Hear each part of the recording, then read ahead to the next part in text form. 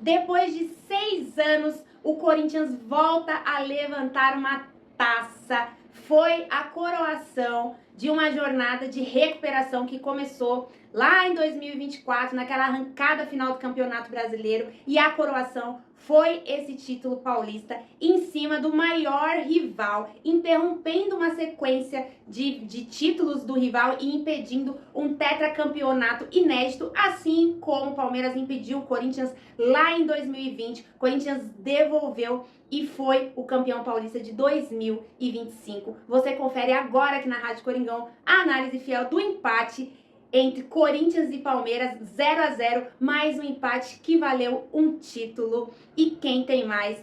Tem 31. Corinthians, maior campeão paulista.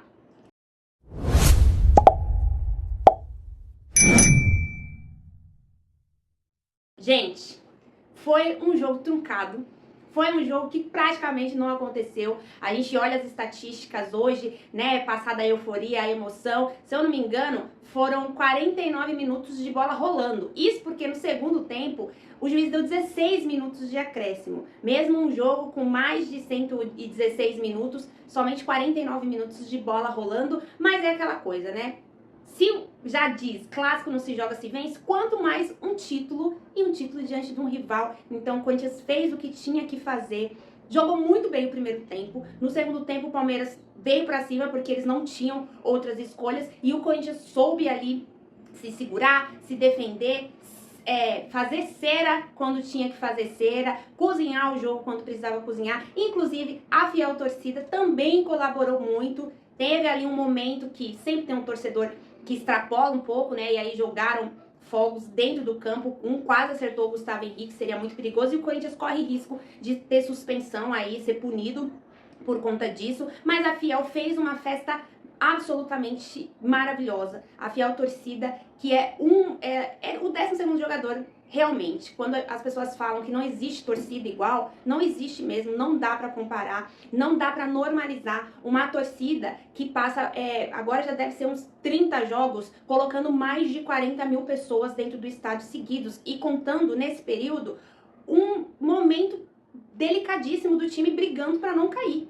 E a fiel torcida parece que fez um pacto com esse elenco, abraçou esse elenco, falou vamos junto, e foi isso que aconteceu.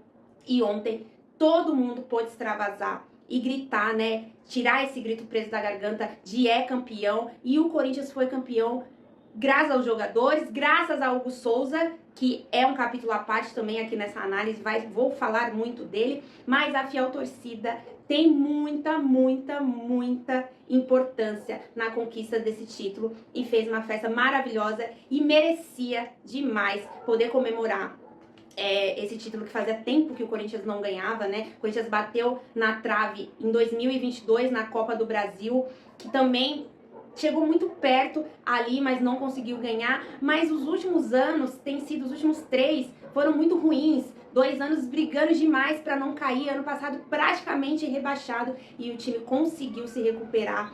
Desde que Ramon Dias chegou ao Corinthians, o Corinthians não perde na Neoquímica Arena desde agosto de 2024. A última derrota do Corinthians foi contra o Red Bull Bragantino pela Copa Sul-Americana, que foi uma derrota que o Corinthians acabou se classificando para a próxima fase, graças a quem? Hugo Souza, que naquele momento já escrevia o nome dele na história, já dava sinais de que seria ali diferencial para o Corinthians, pegou 3 pênaltis e mais uma vez ontem ele foi a diferença, ele pegou um pênalti muito merecido, capitão. Ali na hora de levantar a taça tava ele junto com o Romero, a gente ficou na transmissão, né? Quem será que vai levantar essa taça? Eu falei, eu acho que vai levantar os 2. E dito e feito, foram os 2 que levantaram, super merecido. O jogo, vamos falar do jogo. O Corinthians foi a campo com a força máxima, mas meio cambaleada, né? Essa força máxima, meio cambaleada, jogadores que tinham jogado há 48 horas por conta de seleção, feito viagem, fretado voo. Rodrigo Garro, que no dia anterior não participou do último treino, o Emiliano Dias revelou que ele não estava conseguindo nem andar, mas que na quinta-feira de manhã ele mandou mensagem dizendo: eu vou jogar este jogo, nem que seja o último da minha carreira, não vai ser Garro, vai dar tudo certo, você vai se recuperar e ainda vai trazer muitas alegrias pro torcedor corintiano. Então o Corinthians foi com essa força máxima meio cambaleada, Hugo no gol, Mateuzinho na lateral esquerda, Félix Torres e Gustavo Henrique, os dois zagueiros, Fabrício Angeleri, que de novo fez uma partidaça lateral esquerdo, e aí a trinca de volantes que dispensa comentários, foram essenciais nesses dois jogos da final, Ranieri, Carrilho e José Martínez, Rodrigo Garro no meio e a dupla de ataque, Memphis e Yuri Alberto. O Corinthians no primeiro tempo, ele administrou, mas não que ele ficou recuado.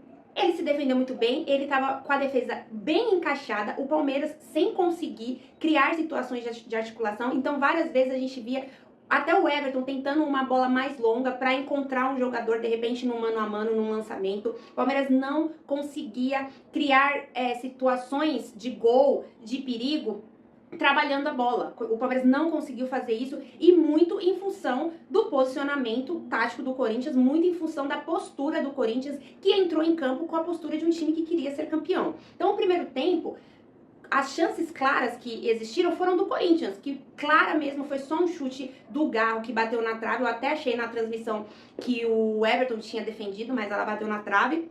E depois teve um lance também do Yuri, mas que ele finalizou sem pressionado, então ele não teve clareza. A gente teve uma cabeçada também. E o Palmeiras não teve chance. O Hugo não sujou o uniforme. O Corinthians fez um primeiro tempo muito bem feito. Quando foi pro intervalo, eu falei no comentário, eu tava na transmissão, falei: o Palmeiras vai vir pra cima, vai ter que mudar a tática, vai ter que acelerar um pouco, porque ele não tem outra saída. É um jogo que vale título e o Corinthians tá ganhando de 1-0. Dito e feito, o Palmeiras voltou do intervalo mais acelerado, aí soma-se um pouco, porque eu acho que o Corinthians começou ali o meio de campo perder um pouquinho por conta do cansaço dos jogadores. Talvez se a família Dias tivesse feito as substituições mais cedo, talvez, não sei se o Palmeiras teria tido algumas chances. Não foram chances claras, mas ele conseguiu trabalhar mais a bola no segundo tempo e vir mais pra cima do Corinthians no segundo tempo. Aí, tava o Palmeiras tentando uma reação, mas ainda assim o Corinthians muito bem. E um jogo que a gente olhava e falava: bom, talvez seja a hora de começar a mexer, né, porque o pessoal tava ficando cansado, mas ainda não teve nenhum perigo. E era um jogo que tava tranquilo. Félix Torres resolveu botar emoção no jogo, porque acho que ele pensou assim: bom, tem a mística, né, que se não for sofrido não é Corinthians, tá muito tranquilo esse jogo aqui, vou dar um jeito. Porque o Félix Torres é aquele jogador que a gente nunca sabe quando ele vai dar uma falhada. Ele fez uma boa partida. E o primeiro jogo ele jogou muito bem, essa dupla de zaga tá funcionando muito bem, Félix Torres e Gustavo Henrique, mas o Félix, ele tem uns momentos ali que não dá pra ter numa final. E aí ele fez um pênalti que ele nem precisava ter dado aquele carrinho, porque o Gustavo Henrique estava chegando na cobertura. Não sei se o Vitor Roque iria ter tanta liberdade para fazer a finalização. Fato é que o Félix Torres fez o pênalti, aí ficou uma enrolação para bater o pênalti. O pênalti foi aos 22 minutos. Demorou 6 minutos para o Rafael Veiga bater. Isso, pro Corinthians, era melhor, era ruim pro Palmeiras que o tempo passasse, né, cascozinhando, mas pro Corinthians estava tudo certo. Houve muita reclamação, porque o Félix Torres já tinha amarelo, e aí poderia ter tomado o segundo e ser expulso, porque quando tem um pênalti, tem uma regra que você não pode punir o time 2 vezes. Então, ele não poderia receber um cartão vermelho direto, mas ele poderia receber o segundo amarelo pela falta, e aí ele seria expulso. O VAR não chama o juiz para amarelo. Então o juiz em campo decidiu que não ia dar o amarelo, o Abel Ferreira ficou furioso, o banco do Palmeiras ficou furioso, e essa enrolação, nesses 6 minutos, o Abel foi expulso, o Félix não tomou o cartão amarelo, continuou em campo, talvez ele deveria já ter sido substituído ali, mas enfim. E aí o Veiga foi para a cobrança 6 minutos depois, e aí, gente, apareceu Hugo Souza, que já está com o nome gravado na história do Corinthians, já com 50 jogos, já se tornou um goleiro muito, muito importante na arrancada ano passado, na classificação ano passado contra o Red Bull Bragantino, que inclusive foi o último jogo que o Corinthians perdeu na Neoquímica Arena em agosto de 2024, ele pegou 3 pênaltis. Se eu não me engano, foram 17 pênaltis que foram batidos contra ele nesses 50 jogos e ele pegou 7. 7 pênaltis. É um goleiraço. O Hugo é a cara do Corinthians. O Hugo é extremamente identificado. Ele vestiu a camisa do Corinthians e parece que ele nasceu pra jogar no Corinthians. Aí ele pega o pênalti, todo mundo vai em cima dele vibrando e ele mandando o povo ir lá se posicionar porque o Palmeiras ia cobrar um escanteio. Aí o Veiga cobra um escanteio, a bola rola de um lado, rola de outro. 2 minutos depois da cobrança do pênalti, o Félix Torres me faz uma falta bem na entradinha, assim, na linha da área lateral. Bem, foi por milímetros. E aí ele foi expulso, fez a falta por trás. O Vitor Roque tava de costas pra área. O Félix Torres de novo vai lá e dá um carrinho. Acho que ele quis ali ajudar o juiz pra não falarem que o juiz favoreceu o Corinthians. Ele falou, não, você tinha que ter me expulsado ali, então eu vou fazer a falta de novo. Aí o juiz não teve dúvida, apresentou o amarelo. E aí, minha gente, com 30 minutos o Corinthians fica com 1 a menos. E virou um jogo, né? Ia ser defesa contra ataque, ataque contra defesa, o Palmeiras tentando em cima, martelando, o Palmeiras fez várias substituições, tentando, né, empurrar o Corinthians, mas o Corinthians ali atento, muito bem, jogadores disputando, dando carrinho, dividindo bola. Com 32 minutos o Ramon Dias começa a fazer as substituições, porque daí ele perdeu o Félix, aí ele sacrifica o Garro, mas eu acho que o Garro ia sair de qualquer jeito, mesmo que o Félix não tivesse sido expulso. Entra o André Ramalho, ele recompõe ali a linha de defesa, tira o Carrilho, coloca o Rian, Carrilho também muito cansado, né? Enfim, jogou pela seleção dele. O Rian entrou muito bem, marcando. Aí o Corinthians foi cozinhando, gente. Cozinhando, não teve jogo, né? Falei quanto tempo de bola que rolou. Então era toda hora o jogo picotando. Até o Palmeiras também, em vários momentos, picotando, que não era favorável para eles, mas aí o Corinthians estava na dele. Com 41 minutos saiu o José Martins, que também estava cansado, entrou o Charles. E eu falei, o Charles precisa entrar firme, porque às vezes ele entra com marcação frouxa. Entrou bem, entrou firme, continuou ali colaborando, ajudando o Corinthians a se segurar. Aí com 49 minutos, o Memphis, de forma muito inteligente, fica segurando a bola ali no campo de ataque do Corinthians, bem perto da linha de escanteio, da linha de fundo, da bandeirinha de escanteio. E aí ele subiu na bola e começou uma confusão generalizada.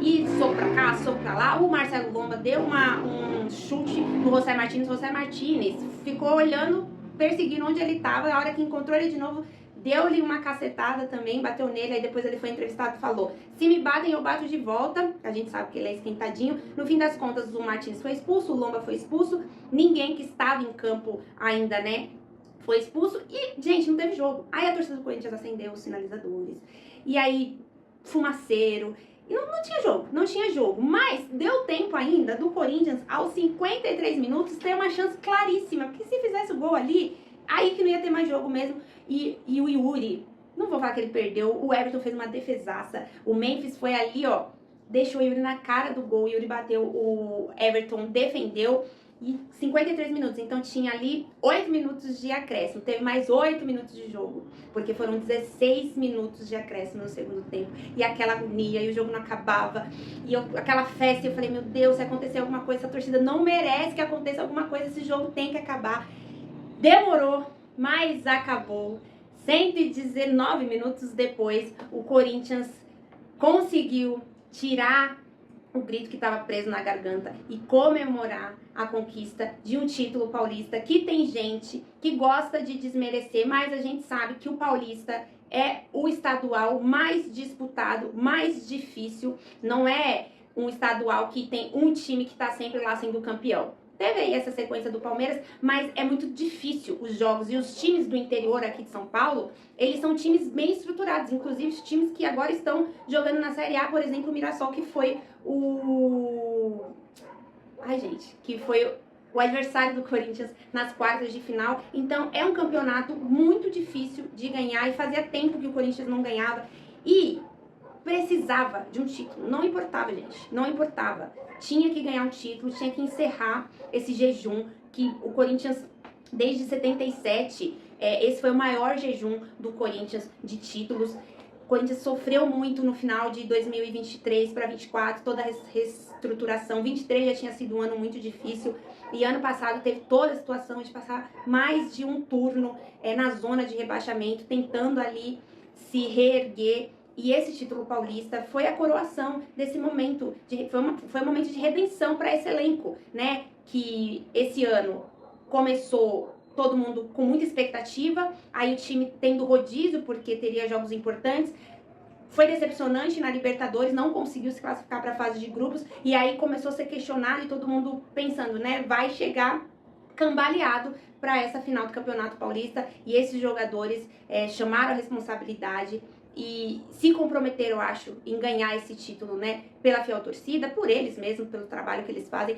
mas foi muito, muito, muito bonito ver a festa da fiel torcida espalhada pelo Brasil afora, mundo afora. A gente vê vídeos de fiel do Japão, fiel Dublin, fiel de Sydney, em todos os lugares, todo mundo comemorando muito. É um título importante sim, mas tem toda uma temporada pela frente. Isso aqui é só o começo, a gente tá só em março, chegando praticamente em abril. Já aconteceu tanta coisa com o Corinthians, mas fato é que é muito bom você começar a temporada ganhando um título. E eu trouxe a campanha do Corinthians nesse Paulista, foram 16 jogos, 11 vitórias, 4 empates, apenas uma derrota. O Corinthians teve 77% de aproveitamento e ontem não marcou gol, e aí desfez, né, a marca de marcar gols em todos os jogos do Campeonato Paulista, mas não precisava necessariamente de um gol ontem para garantir o título, porque o Corinthians já estava com a vantagem e assim foi, segurou o empate de 0-0